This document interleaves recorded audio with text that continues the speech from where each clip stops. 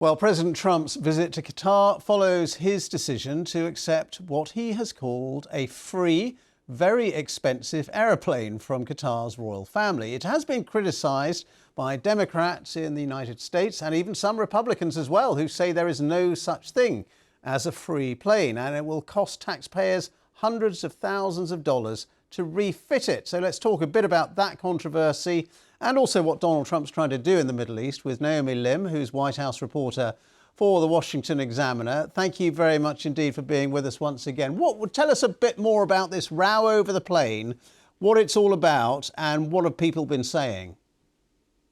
So this plane, a $400 million Boeing 747, has been promised to President Trump from the Qatari royal family. And this is a huge deal because it's the most expensive presidential gift in history.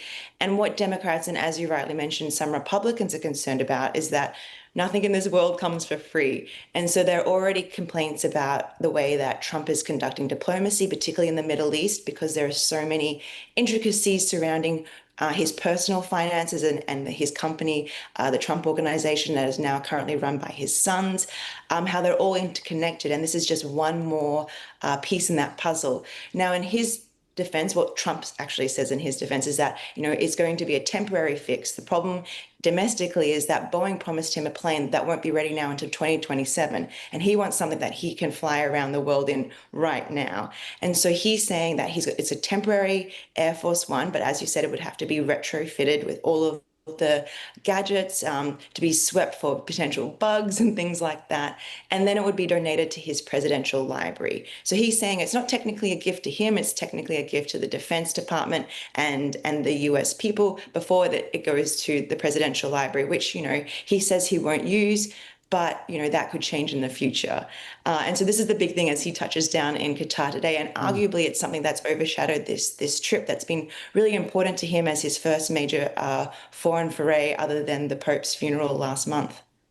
He doesn't seem to care, though, does he, Donald Trump? I mean, one Republican senator, Rand Paul from Kentucky, said, "I just think it's not worth the appearance of impropriety." But President Trump presumably knew all about that appearance, but doesn't seem to bother him too much. I mean, this is classic Trump response, or his strategy to respond to any kind of controversy, and that's to dig in further.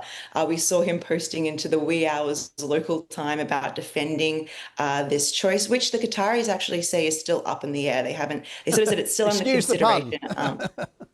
Yeah, exactly.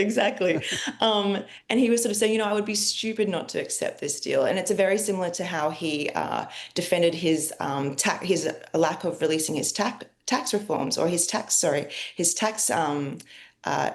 because he would say that, I would be silly to try and pay more in my taxes, my personal taxes, than, it was necessary. And so this is something that we've seen. But, to that end about Republican criticism, I think it's been really interesting to see the type of people that are complaining about it. For example, Lara Luma, who is an incredibly online conservative activist, and she is sort of saying, why would we accept a donation from someone like Qatar, the Qataris, who have ties potentially with financing terrorism, as your previous guest mentioned, the Muslim Brotherhood. And so that's something that people are, worried about. But as I mentioned before, I mean, I don't think anything will stop this. When Trump has an idea in his head, sometimes it goes ahead regardless of the optics.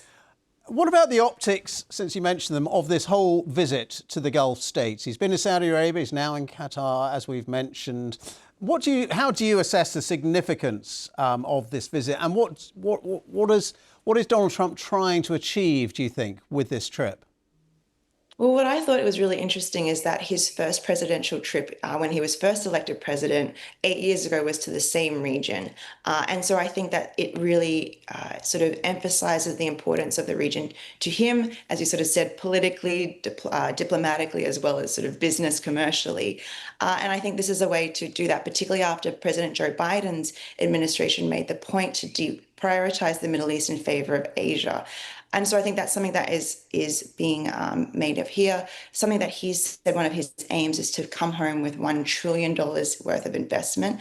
Now, that's a number that the government, the White House likes to bandy around when you look at sort of the details of the proposals that are coming out, particularly I think Saudi Arabia wants to put in $600 billion, and they've already sort of said they're going to spend $142 billion on defense spending with the US, which has doubled their budget. And so we have to be careful with these big promises, what that actually means if they ever come to fruition. I think the other thing that's really interesting about this trip is the distance that Trump has put between himself and Israeli Prime Minister Bibi Netanyahu, because this is usually if he goes to the Gulf states, he'll also try and make a trip to Israel. He's not doing that amid the war with Hamas. And the other thing that I think that will be really interesting is not only you mentioned also the Syrian president, the sit down with him, the first time a US leader has met with someone in the official Syrian government for 25 years.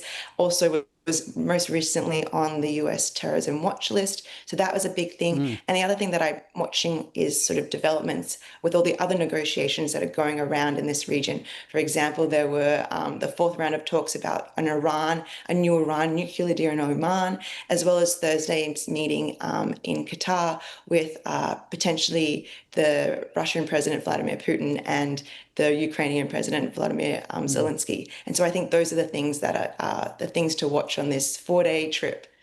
And you mentioned his meeting with the interim president of Syria, Ahmed al-Sharaa, who was, as you said, did have an American bounty on his head until very recently. This is the sort of classic Donald Trump again, isn't it? He likes a bold move, and to meet him, then to lift sanctions on Syria, albeit at the request of the Saudis and the Turkish government, I think. But anyway, these are bold diplomatic brushstrokes, aren't they?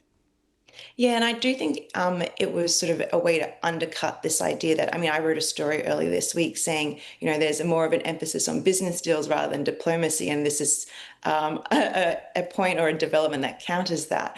And I think it is a really big deal, as you sort of said. Again, it shows the closeness of Trump's relationship with the Saudi crown prince. As you said, it sort of came at the request of him. There are sort of sort of other sort of things within this idea of lifting the sanctions, this idea that he wants Syria to normalize relations with Israel. He wants to really make them crack down on any terrorists that are in their territory, as well as sort of try and counter ISIS. So these things are sort of part of his larger Middle East vision, which is about commerce, as well as sort of getting rid of extremism. That's what they said going into this meeting. And I think we're sort of seeing that coming out of it as well.